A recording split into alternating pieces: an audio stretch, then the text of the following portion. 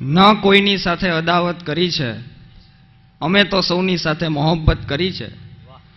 મહેફિલમાં બેસીને રંગત કરી છે, કાળી મજૂરી અને મહેનત કરી છે. સભાને હસાવીને ગમ્મત કરી છે, પણ ખુશામતની સામે નફરત કરી છે.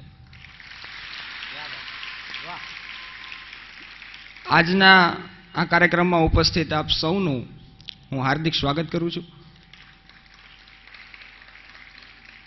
આજે શાહબુદ્દીન સાહેબ અને જીતુભાઈ ઉપસ્થિત છે ને એની સામે અમારે બોલવું ને એટલે બાથરૂમમાં બુલેટ હલાવવા જેવું થાય. હેલોજન સામે નાઇટ લેમ્પ કરવા જેવું થાય. પણ તમને વાત કરું, હમણાં મારે જુનાગઢથી અમદાવાદ જવું હતું. હું એસટી બસમાં બેઠો એટલે મને એમ થયું, મેં કીધું હાલો ને ભાઈ કંડક્ટરની મજાક કરું. એટલે મેં કંડક્ટરને પૂછ્યું, મેં કીધું ભાઈ આ ખટારો ક્યારે ઉપડશે? મને કે કચરો ભરાય એટલે તરત જ. આ પછી હું કઈ બોલ્યો જ નહીં. મારો અમદાવાદમાં કાર્યક્રમ, અમદાવાદમાં હું ઇસ્કોન મોલ પાસે ઉતરો. હવે અમદાવાદમાં બહુ એક તકલીફ છે, અમદાવાદમાં રિક્ષાવાળા બહુ સ્પીડમાં રિક્ષા હલાવે છે. હા, એટલી બધી સ્પીડમાં રિક્ષા હલાવે તો આપણને બીક લાગે. એટલે હું ઘડીક ઊભો રહ્યો. એટલે મને એમ લાગ્યું, મેં કીધું ભાઈ એવી રિક્ષા ગોતું જે હાવ ધીમે ધીમે હલાવતો હોય. એટલે હું ઘડીક ઊભો રહ્યો. એમાં એક રિક્ષા, એવી રિક્ષાની પાછળ નામ લખ્યા હતા શાંતા, સ્મિતા, સગુણા, સુરેશ, રમેશ. એટલે મને એમ લાગ્યું કે આને ઘણા બધા બાળકો છે, આ રિક્ષા ધીમે હલાવશે. એટલે હું એની રિક્ષામાં બેઠો. પણ રિક્ષાવાળાએ જે કોઈ સ્પીડમાં રિક્ષા હલાવી છે, ન ખાડા જોવે ન બમ્પ જોવે. અને રિક્ષાવાળો 80ની સ્પીડમાં રિક્ષા ચલાવ્યો અને પાછું રિક્ષામાં હોર્ન સિવાય બધું વાગતું હતું. બોલો. એટલે રિક્ષાવાળો બહુ સ્પીડમાં રિક્ષા ચલાવવા માંડ્યો ને પછી મારાથી રહેવાનું નહીં. મેં કીધું એ ભાઈ આ રિક્ષા ધીમે હલાવ, ધીમે હલાવ. આટલી બધી સ્પીડમાં રિક્ષા હલાવો છે, આટલા બધા બાળકો છે, તને ચિંતા નથી થતી? મને કે કેના બાળકો? મેં ક્યાં લગ્ન જ કર્યા છે? મેં કીધું તું આ રિક્ષાની પાછળ આટલા બધા નામ તો લખ્યા છે. મને કે આપણી રિક્ષામાં જેટલા જેટલા ગુજરી ગયા. પછી હું ઉતરી ગયો, કારણ કે એમાં મનન રાવલ સમાઈ શકે એટલી જગ્યા હતી. પણ તમને વાત કરું, હમણાં યુરોપિયન જુનાગઢમાં આવ્યો ને, એટલે હું એને બધે, મેં યુરોપિયનને બધે ફેરવા.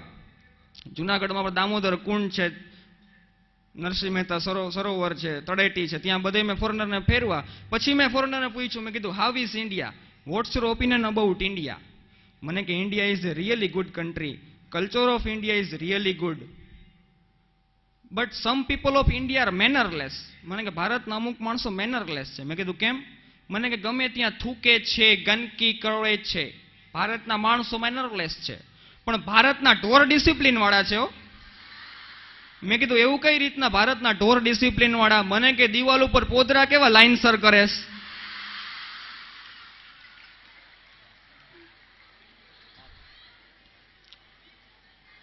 મેં કીધું એ પોદરા નથી કર્યા, અમારી બહેનો એ છાણા થાય પાસે. પછી અમે ત્યાં ઉભા હતા, ત્યાં એક બેન અમારી સામે ઉભેલા ને બેને ચાંદલો કરેલો. એટલે ફોરેનરને ભારતની સંસ્કૃતિ વિશે કઈ ખબર નહીં. એટલે ફોરેનર એ બેન પાસે કપાળ પાસે હાથ રાખીને કે વોટ ઇઝ ધીસ? ચાંદલાની ફોરેનર નહોતી ખબર. What is this? ત્યાં એ બેનના પતિ સાંભળી ગયા, એ કે ધીસ ઇઝ મી.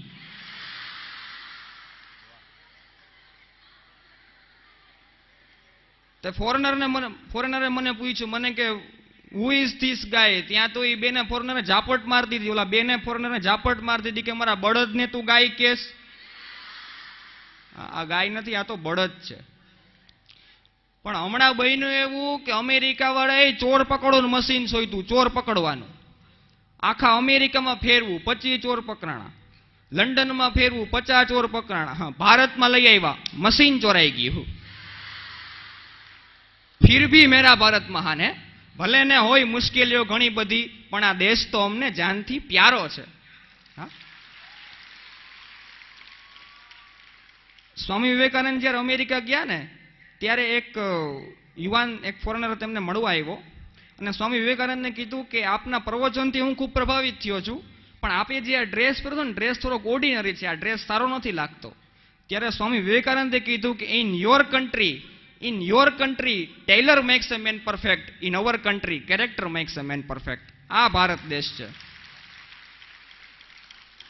બીજા બધા દેશની સંસ્કૃતિ તો દ્રાક્ષની છે, પણ આપણી સંસ્કૃતિ તો રુદ્રાક્ષની છે. ભલા માણસ, આ દેશ છે.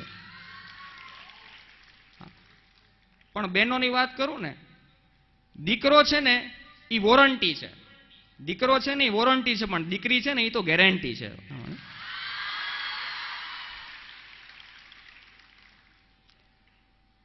લોકમાન્ય તિલક જ્યારે ઇંગ્લેન્ડ ગયા ને ત્યારે એક યુવાને લોકમાન્ય તિલકને કીધું કે તમારા દેશની બહેન દીકરીઓ સારો પતિ મેળવવા માટે વ્રતોનો ઉપવાસો કરે છે, તો તમારા દેશના યુવકો સારી પત્ની મેળવવા માટે વ્રતોનો ઉપવાસો કરે છે ખરા?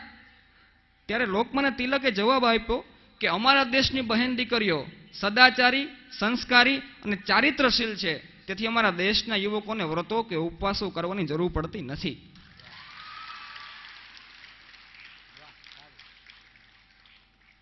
છેલ્લી એક આપને વાત કરી દઉં. આપણે મોબાઈલમાં તમે જો બપોરે 1:30 વાગે જમવા બેઠા હોય ને ત્યાં જ આપણને ફોન આવે છે, હા, કસ્ટમર કેરમાંથી. અને તમે જો કસ્ટમર કેરમાં ફોન કરો તો કેવું સરસ ઓલા બેન બોલતા હોય છે, હાય, બેલેન્સ તથા રિચાર્જ સંબંધિત માહિતી માટે 1 દબાવો, રોમિંગ સંબંધિત માહિતી માટે 2 દબાવો, જીપીઆરએસ સંબંધિત માહિતી માટે 3 દબાવો, પ્રીપેડમાંથી પોસ્ટપેડમાં જવા માટે 4 દબાવો. મારું તો આવું કેવું છે, 10-15 વર્ષ જવા દો, છોકરા છોકરીને હગાય મોબાઈલ ઉપર થશે. છોકરીઓ આપણને મોબાઈલમાં એમ કહેશે કે મારી હારે લગ્ન કરવા માટે 1 દબાવો.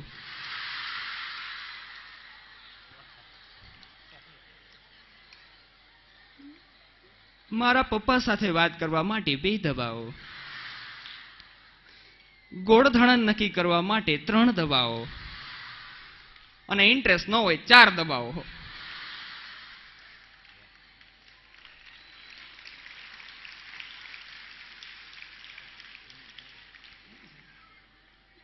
છેલ્લી એક વાત કરી દઉં. આપણે રેલવે સ્ટેશન ઉપર પ્લેટફોર્મ ઉપર ઊભા હોય, રેલવે સ્ટેશનના પ્લેટફોર્મ ઉપર ઓલા જે બેન ઇન્ફોર્મેશન આપતા હોય છે, એનાઉન્સમેન્ટ કરતા હોય, કેટલું સરસ એનાઉન્સમેન્ટ કરતા હોય कि जूनागढ़ से आने वाली और बॉम्बे जाने वाली सौराष्ट्र मेल प्लेटफॉर्म नंबर 3 पर खड़ी रहेगी.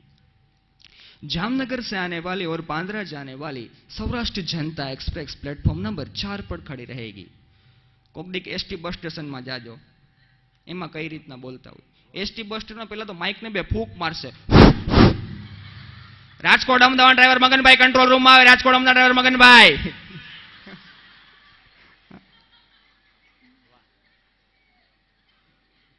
जूनागढ़ अमदावाद जेतपुर वीरपुर राजकोट भाई 3292 वचमांथी हटावो. पण मजा छे ने.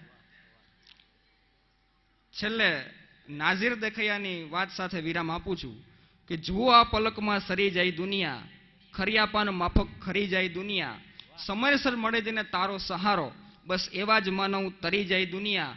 હવામાન જગનું છે કર્મા તમારા, તમે જો ફરો તો ફરી જાય દુનિયા. બનીને રહો કાળની જેમ જગમાં, કે જોતા જ તમને ડરી જાય દુનિયા. અને કા બનો દુનિયાનું નૂર નાઝીર, કે તમે જો મરો તો મરી જાય દુનિયા. આભાર, ધન્યવાદ.